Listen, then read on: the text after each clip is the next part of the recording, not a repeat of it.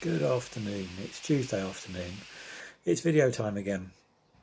I've been doing a bit of thinking, with last week being Mental Health Awareness Week, as to how I've actually myself coped with what's been going on with the whole COVID-19 situation. And I've been kind of thinking about how it's affected me, but not necessarily in a negative way. It's given me an insight into some things that I'd never really thought of, some things that are particularly relevant to a lot of the patients that we work with, and the kind of symptoms and problems that we've all been going through over the last few weeks are quite typical as to what somebody who is going through military rehab, or somebody who's coming to the end of their military time facing medical discharge, might actually have to cope with.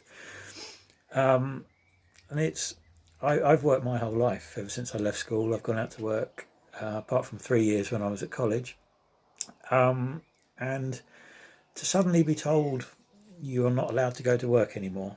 Um, so back at the back end of March, when the government announcement was, basically don't go out unless you have to, my whole world came to a stop, and so did an awful lot of other people's world.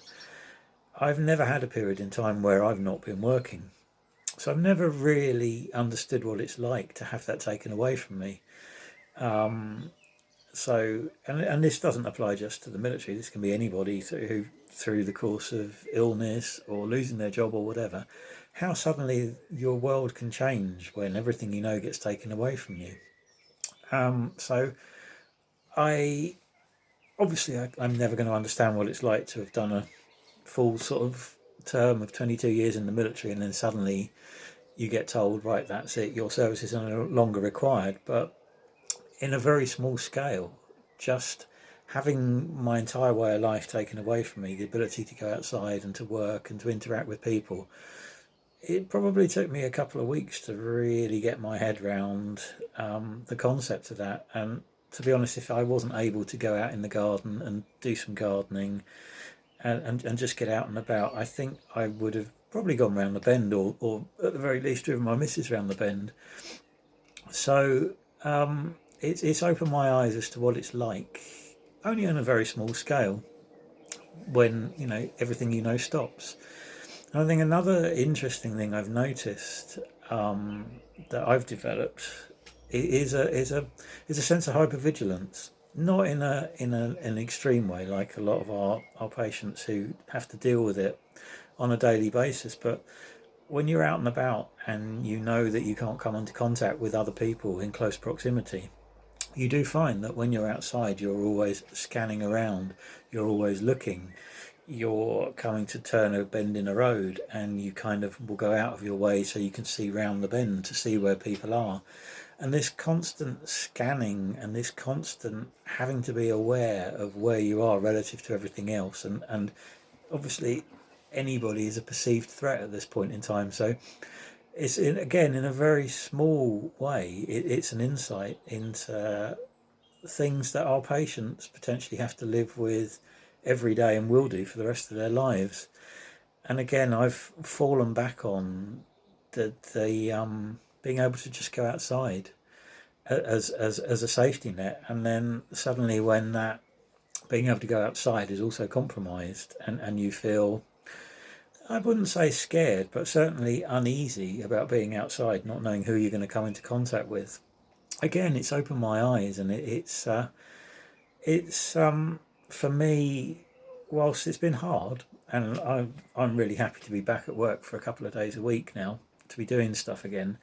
It's been a really interesting period of time for me to learn and to try and understand, and or to empathise with what a lot of our patients must go through every single day. And I don't think horticulture on its own is ever gonna is going to cure a lot of these problems, but certainly as a coping mechanism, I think these last few weeks have certainly reassured in my mind that what we're doing is right. And I know with certainly one of the patients that I've kept in contact with, ex-patient, I've kept in contact with, that he uses horticulture in a very positive way, and when things aren't good, it's the outdoors, it's the garden that they will turn to. So whilst a lot of what we do is physical rehab, and it always will be, to just understand how powerful it can be, even for me, has been quite an eye opener. So a little bit of a rambling email, but I wanted to. I tried writing it down, and it was a jumbled mess. So I thought, well, let's put it out there and see what other people have actually learned from this experience. What positive things have you taken from what, on the face of it, has been a very negative experience, or have you? I don't know. It strikes me, looking at the press, a lot of people haven't learned anything from this, and will go back to their old ways very quickly.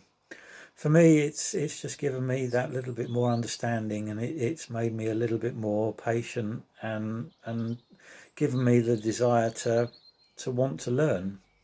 And I think the more Jane and I can learn, the more we can help people. And I think it's it's been a interesting experience, shall we say. So I shall stop waffling on now. I'll be back probably sometime later in the week. And until then, I hope you're enjoying what is still the most beautiful weather outside. And I will speak to you all soon. So take care, stay safe, stay well. See you soon.